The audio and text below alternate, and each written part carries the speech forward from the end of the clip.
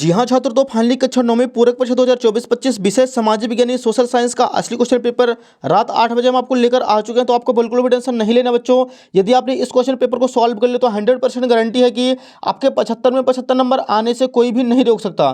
तो बच्चों आपको वीडियो लाइक कर देना है, चैनल को सब्सक्राइब कर देना है और वीडियो को ज़्यादा से ज़्यादा बच्चों को भी शेयर कर देना है। तो डियर आप देख सकते हैं पेपर का फ्रंट पेज आपका कुछ इस टाइप का होने वाला है एंड जो क्वेश्चन है बच्चों इसके अगले पेज से दिए गए हैं। यहाँ पे आप लोग देख सकते हैं प्रश्न क्रमांक 1 है हमारे सामने। निम्नलिखित प्रश्नों में से सही विकल्प का चयन कर लिखिए। पहला क्वेश्चन है भारत किस महाद्वीप का हिस्सा है? इसका आंसर करना हमें ऑप्शन नंबर बा एशिया। दूसरा प्रश्न है इलाहाबाद में किन नदियों का संगम स्थल है? इसका आंसर हो जाएगा बच्चों ऑप्शन नंबर आ गंगा यमुना। तीसरा प्रश्न है प्रथम विश्व युद्ध कब लड़ा गया था? इसका आंसर करना है ऑप्शन नंबर आ 1914 से 1918। चौथा प्रश्न है संविधान के प्रारूप कमेटी के अध्यक्ष कौन थे? इसका आंसर करना है ऑप्शन नंबर बा डॉक्टर भीमराव अम्बेडकर। पांचवा प्रश्न है भूमि मापने की इकाई है? इसका आंसर हो जाएगा ऑप्शन नंबर द हेक्टेयर। छठवां क्वेश्चन है बंगाल में किस वर्ष अकाल पड़ा था? इसका आंसर करना है ऑप्शन नंबर आ 1943 में। तो बच्चों यहाँ पे अपना पहला क्वेश्चन कंप्लीट हो चुका है। इसका आप लोग फटाफट स्क्रीनशॉट ले लीजिए, इसके आंसर आपको अच्छे से याद कर लेने हैं। नेक्स्ट क्वेश्चन देखिए बच्चों, प्रश्न 2 है हमारे सामने। रिक्त स्थानों की पूर्ति कीजिए। पहला प्रश्न है ब्रह्मपुत्र नदी को तिब्बत में सांगपो नाम से जाना जाता है। तो पहले का आंसर हो जाएगा सांगपो। दूसरा क्वेश्चन है कार्ल मार्क्स ने दास कैपिटल नामक ग्रंथ की रचना की थी। तीसरा प्रश्न है लोकतंत्र नागरिकों का गरिमा और स्वतंत्रता बढ़ाता है। चौथा क्वेश्चन है पालमपुर से दूध को निकट के गांव रायगंज में बेचा जाता था। पांचवा प्रश्न है 2011 की जनगणना के अनुसार भारत में साक्षरता दर 74.04% थी। छठवां क्वेश्चन है मतदान करने वाले को मतदाता कहा जाता है। तो बच्चों यहाँ पे दूसरा प्रश्न भी अपना कंप्लीट हो चुका है, इसका भी आप लोग फटाफट स्क्रीनशॉट ले लीजिए।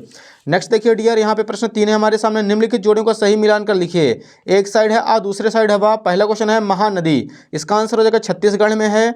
दूसरा है ड्यूमा, इसका आंसर करना है रूस की संसद। तीसरा है देश का सर्वोच्च कानून संविधान। चौथा है निर्धनता रेखा का आंकलन राष्ट्रीय प्रतिदर सर्वेक्षण संगठन। पांचवा है राष्ट्रीय खाद्य सुरक्षा अधिनियम, इसका आंसर हो जाएगा 2013 में लागू किया गया था। छठवां है चुनाव आयोग का कार्यकाल 6 वर्ष का होता है। तो बच्चों यहाँ पे तीसरा प्रश्न भी अपना कंप्लीट हो चुका है, इसका भी आप लोग फटाफट स्क्रीनशॉट ले लीजिए। अगला प्रश्न देखिए बच्चों, प्रश्न क्रमांक 4 हमारे सामने अगले पेज पर दिया गया है। यहाँ पे प्रश्न 4 है निम्नलिखित प्रश्नों को उत्तर एक शब्द एक वाक्य में लिखिए। पहला क्वेश्चन है शीतलहर क्या है? इसका आंसर लिखना है एक ऐसी मौसम की स्थिति है जिसमें तापमान में अचानक और काफ़ी गिरावट होती है जिससे सर्दी बहुत बढ़ जाती है, शीतलहर कहलाती है। दूसरा प्रश्न है भारत का जनसंख्या घनत्व कितना है? इसका आंसर हो जाएगा 382 प्रति व्यक्ति प्रति वर्ग किलोमीटर। तीसरा प्रश्न है युंग फोक क्या था? इसका आंसर हो जाएगा नाज़ी युवा संगठन था। चौथा प्रश्न है नेल्सन मंडेला किस देश के राष्ट्रपति थे? इसका आंसर करना है दक्षिण अफ्रीका। पांचवा है कार्यशील पूंजी का एक उदाहरण लिखिए। तो इसका आंसर हो जाएगा बच्चों बिक्री। छठवां क्वेश्चन है बीपीएल कार्ड किस वर्ग के लोगों को प्रदान किया जाता है? इसका आंसर हो जाएगा गरीबी रेखा से नीचे के परिवारों को।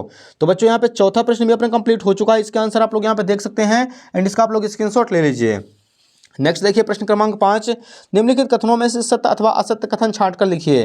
पहला प्रश्न है लू शीतलहर में चलने वाली गर्म हवाएं हैं, इसका आंसर हो जाएगा बच्चों सत्य। दूसरा प्रश्न है भारत में जनसंख्या वृद्धि का एक कारण मृत्यु दर में कमी है, ये हो जाएगा असत्य। तीसरा प्रश्न है भारत की जनसंख्या प्रतिवर्ष 5 वर्ष में की जाती है, तो यह हो जाएगा सत्य। चौथा प्रश्न है हिटलर आर्थिक संकट दूर करने के लिए उद्योग स्थापित करना चाहता था, यह भी हो जाएगा सत्य। पांचवा है मक्का एक व्यापारिक फसल है, सत्य हो जाएगा।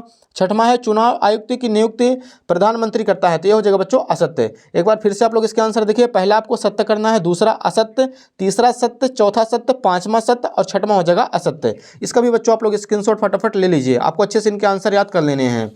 नेक्स्ट देखिए यहाँ पे बच्चों 2 नंबर के क्वेश्चन यहाँ से स्टार्ट होंगे। प्रश्न छठवां है भारत के 3 और विस्तृत जलराशियों के नाम लिखिए। तो यहाँ पे सबसे पहले आपको हेडिंग डाल देना है उत्तर क्रमांक 6। भारत के तीनों और विस्तृत जलराशियों के नाम है पूर्व में बंगाल की खाड़ी, पश्चिम में अरब सागर और दक्षिण में हिंद महासागर। तो हो जाएगा छठवें का आंसर। प्रश्न 7 देखिए मानसूनी वर्षा की विशेषताएं लिखिए कोई दो। तो लीजिए बच्चों 7वें का आंसर पहली विशेषता लिखना है मानसूनी वर्षा कृषि के लिए बहुत अहम है। दूसरा पॉइंट लिखना है मानसूनी वर्षा अनिश्चित होती है।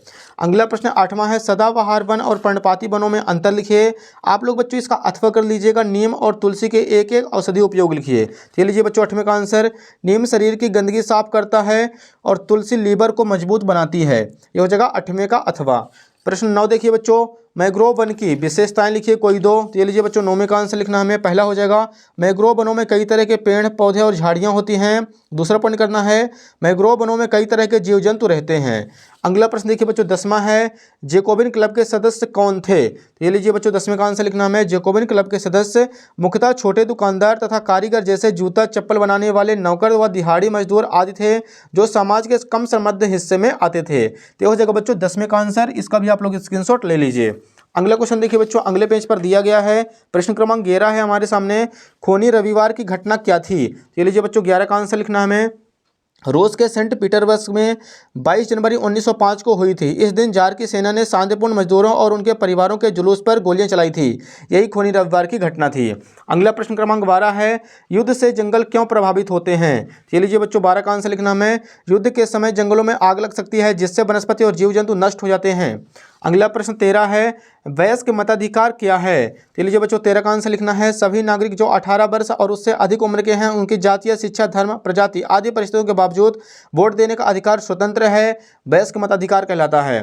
प्रश्न 14 देखिए पंथ निरपेक्ष संविधान क्या है। तो यहाँ पर लिखना हमें भारत सरकार धर्म के मामले में तटस्थ रहेगी और सभी धर्मों के प्रति निष्पक्षता का भाव रखेगी। यही धर्मनिरपेक्ष है। प्रश्न 15 देखिए गठबंधन सरकार किसे कहते हैं। तो यहाँ पर लिखना हमें जब एक से ज़्यादा राजनीतिक दल मिलकर सरकार बनाते हैं तो उसे गठबंधन सरकार कहा जाता है। तो हो जाएगा बच्चों उत्तर क्रमांक 15 का आंसर। अगला प्रश्न 16 देखिए बच्चों अर्थव्यवस्था के तृतीय क्षेत्र से आप क्या समझते हैं। चलिए लीजिए बच्चों इसका आंसर लिखना हमें। अर्थव्यवस्था का तृतीय क्षेत्र सेवाओं का उत्पादन करने वाला क्षेत्र है। इसे सेवा क्षेत्र भी कहा जाता है। इसमें शिक्षा स्वास्थ्य आदि सेवाएं भी शामिल होती हैं। अगला प्रश्न देखिए बच्चों प्रश्न क्रमांक 17 है हमारे सामने। मानव पूंजी निर्माण में स्वास्थ्य की भूमिका लिखिए। तो लीजिए बस 17 का आंसर मानव पूंजी निर्माण में स्वास्थ्य की अहम भूमिका होती है। यह न केवल व्यक्तियों की शारीरिक भलाई को दर्शाता है बल्कि समाज में पूरी तरह से भाग लेने वाली क्षमता को भी दर्शाता है। प्रश्न क्रमांक 18 है रेशम मार्ग पर टिप्पणी लिखिए। तो लीजिए बच्चों 18 का आंसर लिखना में रेशम मार्ग से बड़े पैमाने पर चीन के रेशम यूरोप अफ्रीका तथा एशियाई देशों में भेजे जाते थे। इसलिए इस मार्ग को रेशम मार्ग या सिल्क जूट कहा जाता है। रेशम मार्ग के जरिए रेशम चाय भारतीय मसाले कीमती पत्थर सोना चांदी शराब अफीम आदि का व्यापार होता था। रेशम मार्ग द्वारा संस्कृति भाषा और विचारों का आदान प्रदान होता था। रेशम मार्ग एक महत्वपूर्ण ऐतिहासिक व्यापार मार्ग था। मार्को पोलो ने रेशम मार्ग से यात्रा करके चीन पहुंचे थे और वहां की सभ्यता को देखे थे। तो ये हो जाएगा बच्चों उत्तर क्रमांक 18 का आंसर। इसका भी आप लोग स्क्रीनशॉट ले लीजिए। अगला प्रश्न देखिए 19 नंबर है औपनिवेशिक सरकार ने बेकार पड़ी भूमि को कृषि योग्य बनाने के लिए क्या योजना बनाई।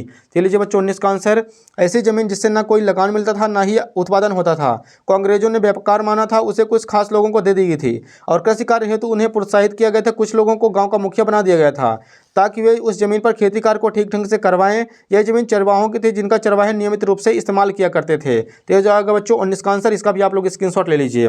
अगला प्रश्न देखिए 20 है भारत के राष्ट्रपति को कौन कौन सी शक्तियां प्राप्त हैं।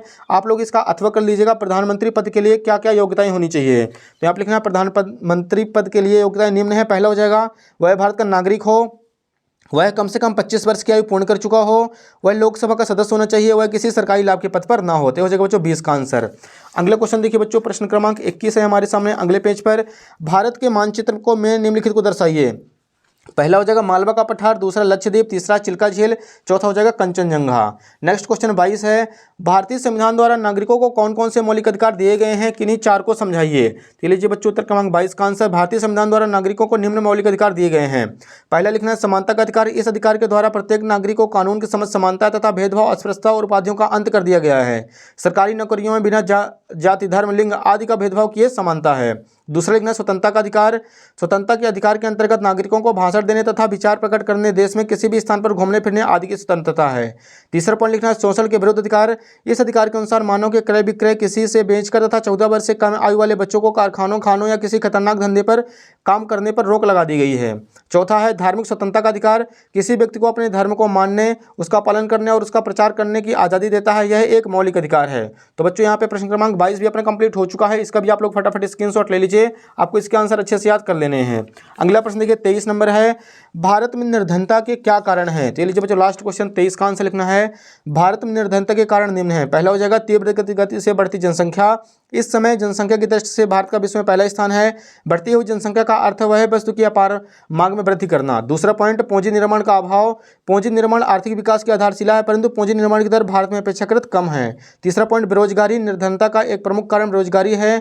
देश में बेरोजगारी की समस्या समस्या व्यापक और भीषण है। बेरोजगारों की संख्या निरंतर बढ़ रही है, जो निर्धनता के लिए एक उत्तरदायी कारण है। चौथा पॉइंट, कीमत स्तर में वृद्धि है। इसके परिणाम स्वरूप मुद्रा की क्रय शक्ति कम हो जाने से वास्तविक आय कम हो जाती है।